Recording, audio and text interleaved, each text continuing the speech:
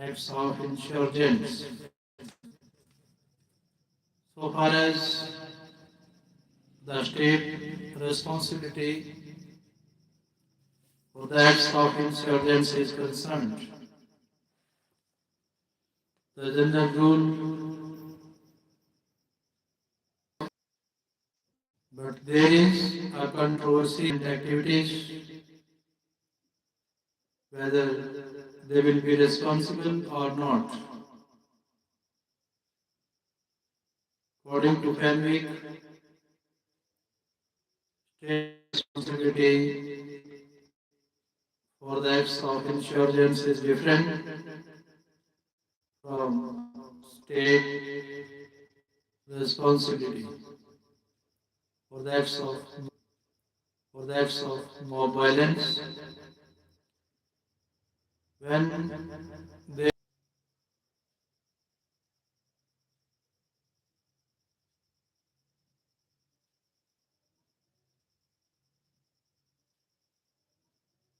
due diligence due diligence to prevent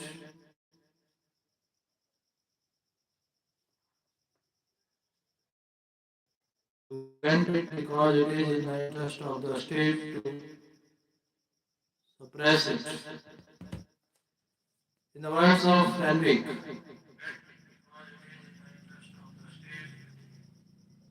the very existence of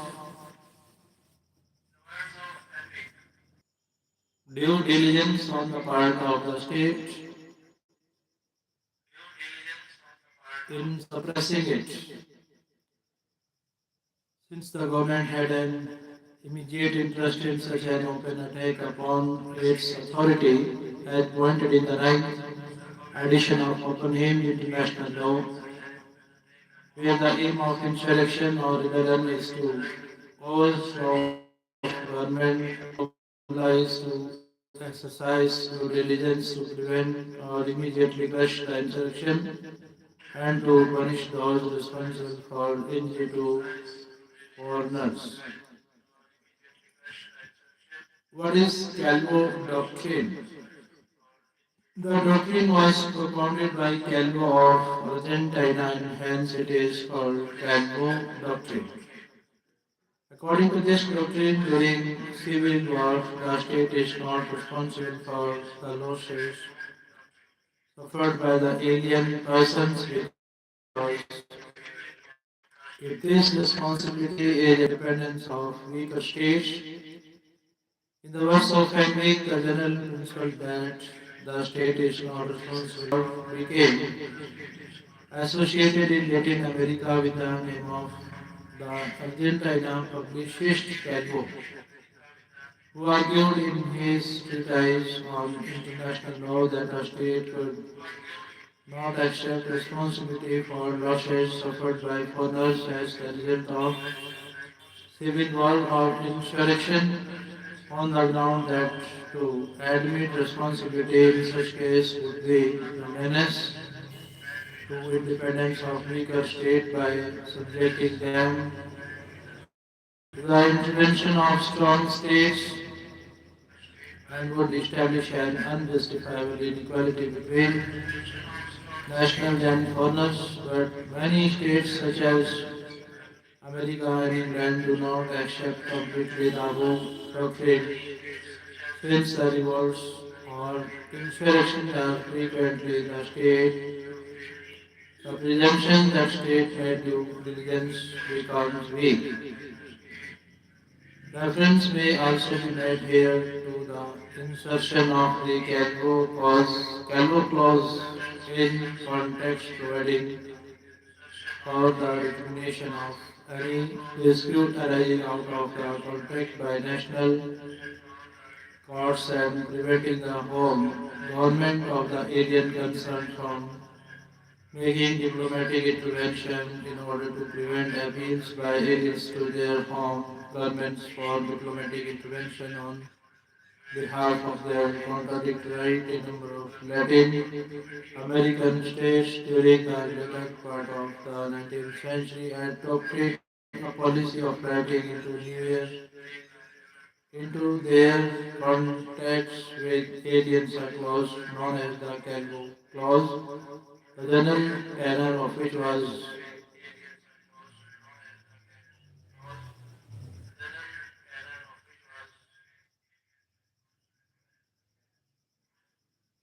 which was that the alien agreed that any dispute there might arise out of the contract were to be decided by the national courts in accordance with national law and were not to give rise to any international reclamation. Further, the decisions of international arbitration tribunals and of mixed claims commissioned upon the subject have been conflicting, some upholding the cargo clause as far as a bar to the interposition of the alien's government, others reflecting it on the ground that the act of the aliens cannot restrict the right of his government under international law. In Orinoco Steamship Company case between the United States and Venezuela, the steamship company had suffered losses as its vessels were requisitioned during the revolution. It also alleged that it was the empire was not justified as alien and under two conditions shall the intervention of foreign diplomatic agents be permitted. In any matter related to this contract, the under internal of the nation of its undoubled right of applying international remedies to violations of international law committed to his damage. Thus, although the country governed by Mexican laws, it could not take from his and citizens. It is to that extent why that it would be obviously improper for the individual to dream of making any claim in the local courts, where such a stipulation to intervene in respect of a clear violation of international law. It is, to sum up, it may be said that Cargo Clause is intellectual to bar the rights of states to protect the international subsidies abroad or to release states from their duty to protect foreigners of their entered, entered into by a state with aliens, then it does not give rise to any international responsibility. The alien person, however, has the remedy to avail the local means available to him in the state law of the state concerned. If the matter is not resolved to the satisfaction of the alien person, then he may try to settle it through the medium of his home state by resorting to political and diplomatic means. In the words of Henrik, in general, the alien, believing himself to be the victim of breach of contract by foreign government, must first exist such local remedies as are available to him, this failing him, he may seek to press the claim through the foreign office of his government. State responsibility for breach of treaty or contractual obligation. The state responsibility for breach of treaty obligation depends upon the provisions of the treaty. In Corjo Factory indemnity case, the Permanent Court of International Justice held it is a principle of international law that the reparation of wrong may consist in an indemnity corresponding to the damage which the national of the injured state have suffered as a result of act which is contrary to international law. Rights or interest of an individual, the violation of which right causes damage are always different plan to rights belonging to the state. These rights may also be influenced by the same act. The damage suffered by an individual in the damage suffered by an individual is never. Therefore,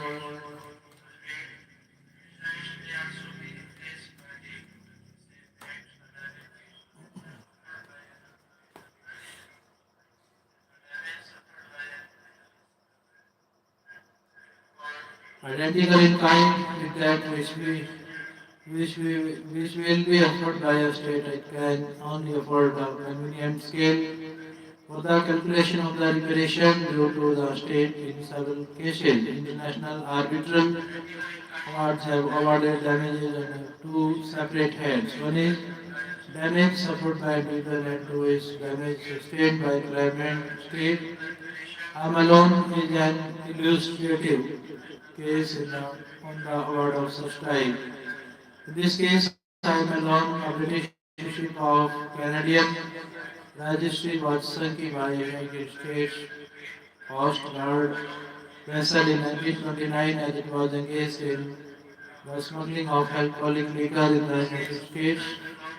It was sunk on the high seas more than 200 miles from the coast of the US after a hot pursuit which began outside US territorial water but within the inspection zone provided for in the liquor treaty between UK and the US. The Canadian government complained of the sinking of I am alone.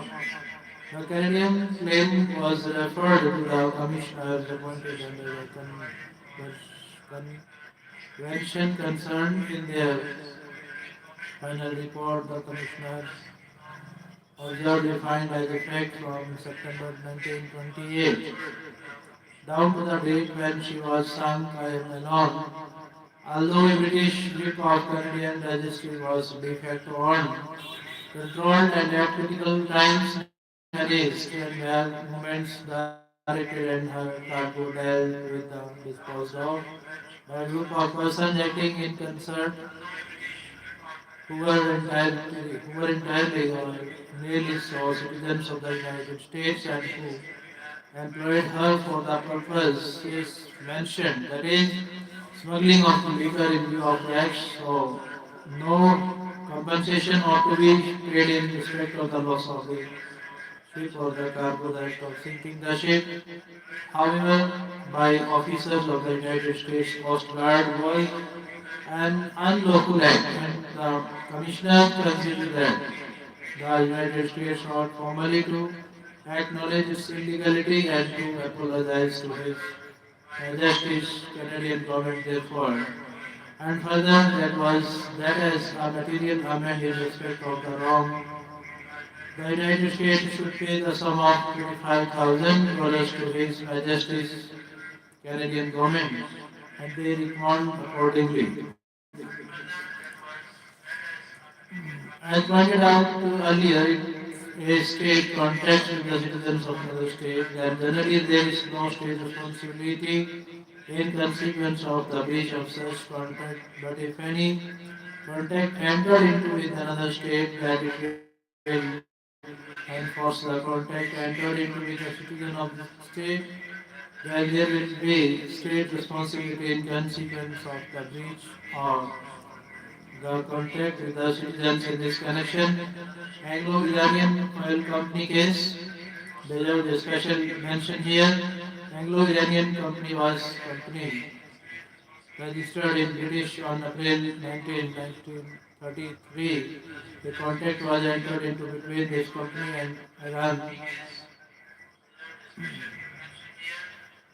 wherein Iran gave some concessions to the company in respect of extracting oil in Iran in 1951.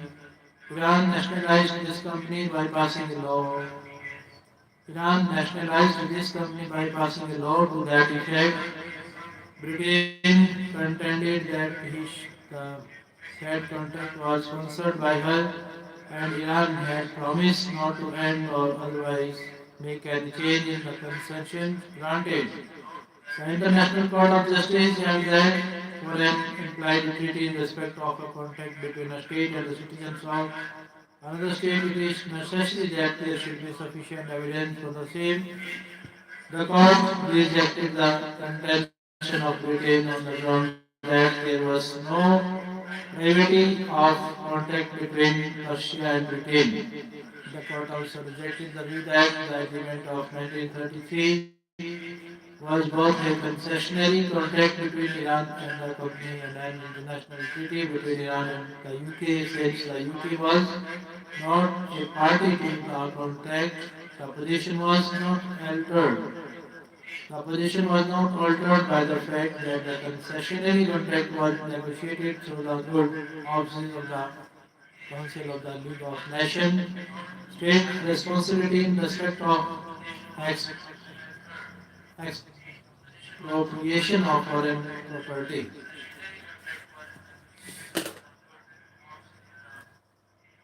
There is a great controversy regarding the expropriation of foreign property situated in a state. However, in the modern period, significant change have taken place in this connection.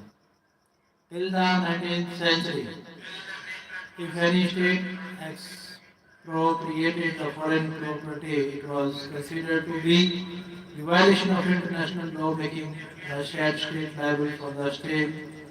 But in the modern period, in view of the complete control of states over their economic system and in consequence of the nationalization of different industries, it has become difficult to recognize such expropriation as a violation of international law. It may be noted here that the term expropriate on the basis of practice, principles and decides cases, it may be that expropriation of foreign property may be valid only where there has been no irregularity or discrimination with the foreigners. This was held in Anglo-Iranian Oil Company Limited versus the party. There has been the constant development of the law relating to the creation of foreign property in 1952.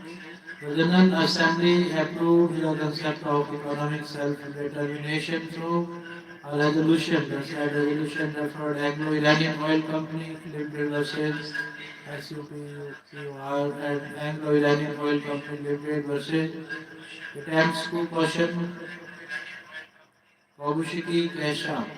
In 1958, a commission on permanent sovereignty over national resources was established. On the basis of the report of this commission, the Economic and Social Commission passed a resolution. In 1962, it declared that in case of expropriation, nationalization, or requisitioning, the owner shall be given appropriate compensation in accordance with the rules or states taking such measures in accordance with international law. In 1965, the Third Committee of the General Assembly adopted a draft article for human rights covenant which provided the peoples have for their own hands freely dispose of their national wealth and resources without prejudice to any obligation rising out of international economic cooperation based upon the principle of mutual benefit and international law. In no case may a people be deprived of its own means of subsistence. Thereafter, such type of provisions were included in human rights covenants 1966. These covenants have now come into force. In this connection, 1965 Convention of the Settlement of Investment Dispute between states and nationals of other states also deserves a special mention. In this convention, an endeavor has been made to establish international procedure and machinery for the settlement of investment disputes between states and nationals of other states. On 17th December 1973, the General Assembly passed a resolution 3171 on permanent sovereignty over national resources, where it affirmed that the application of the principle of nationalization carried out by states as an expression of their sovereignty in order to safeguard their natural resources implies that each state is entitled to determine the amount of possible compensation and mode of payment, and that any disputes which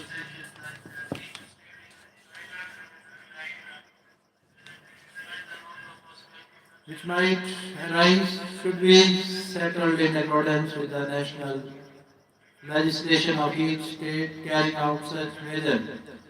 On December 13, 1974, the UN General Assembly adopted by an overwhelming majority or Charter of Economic Rights and Duties of States. It has been hailed by some developing countries as an economic Magna Carta. The resolution was passed by a majority of 120 to 6 with 10 have sanctions. The resolution proclamation that each state has the right to freely exercise full permanent sovereignty over its wealth and natural resources, to regulate and exercise authority over foreign investments within its national jurisdiction, and to nationalize, expropriate, or transfer the ownership of foreign property. Further, it further provides that appropriate compensation should be paid in cases of nationalization by the state adopting such measures taking into account its relevant laws and regulations and all the circumstances which the state considers pertinent in case of laws of the sovereign equality of states and in accordance with free choice of means. United States, Britain, Denmark, West Germany and Luxembourg voted against the resolution while other affluent members, Australia, Canada, France, Ireland, Israel, Italy, Japan, the Netherlands, Norway and Spain abstained. Despite this, it would not be wrong to say that the new charter marks the beginning of a new phase in international relations, even if interested powers may be expected to defy and sabotage it. In view of the above discussions, it may be rightly said that a state's natural asset is a national asset. Rights over its natural resources, all natural resources are therefore its national assets and it has sovereign right to nationalize, expropriate or transfer ownership of foreign property. In such a case, the only requirement is that appropriate compensation should be paid, but appropriate compensation is to be paid taking into account that a states concerned, relevant laws and regulations and all circumstances that the state considers pertinent. In case of any dispute in this connection, the same shall be settled under that is just equivalent of market value should be paid for each expropriation and it should be subject to international adjudication. Such compensation should not only be adequate but must be paid promptly. Despite this controversy, there is general agreement about the sovereign right of each state to nationalize or expropriate foreign property and hence it has been remarked that a state's natural asset is a national asset. This is clear from the example of nationalization of Suez Canal in 1956 by Egypt. By this, Egypt asserted its sovereign rights over its natural resources. This was resented by France, Britain, and Israel, who made joint armed intervention in the internal affairs of Egypt. But the problem was subsequently resolved by efforts of Soviet Union, Security Council, and the General Nationalized Suez Canal and to realize taxes for the use of the canal. Thus, the nationalization of Suez Canal is a very strong precedent to show that a national asset being a national asset which state has sovereign rights to nationalize or expropriate foreign property. So is the case with oil in West Asia. The events of past few years have clearly demonstrated the sovereign rights of West African countries in respect of their most valuable natural resources, oil. They have gone even a step ahead and have used oil as a weapon to get their demands fulfilled and to influence internationalization and not the principle itself. Besides nationalization, the developing countries have also been emphasizing the right of each state to regulate and exercise authority over foreign investment within its national jurisdiction in accordance with its laws and regulations and in conformity with its national objective and priorities to that no state shall be compelled to grant preferential treatment to foreign investment. They further contend that each state has the right to regulate and supervise activities of international affairs of a host state. To conclude in the words of a writer, finally from a political viewpoint, it appears to follow as a matter of course that the past struggle between the proponents of the rule and adherents of the archetypal doctrine for its modern variants will lead to synthesis in which the emphasis upon domestic law will be considered strongly than under the old Italy rule. Put succinctly, one may therefore well expect that international law will continue to protect alien property, but that the extent of protection will more than previously be in accordance with modern developments in domestic property order.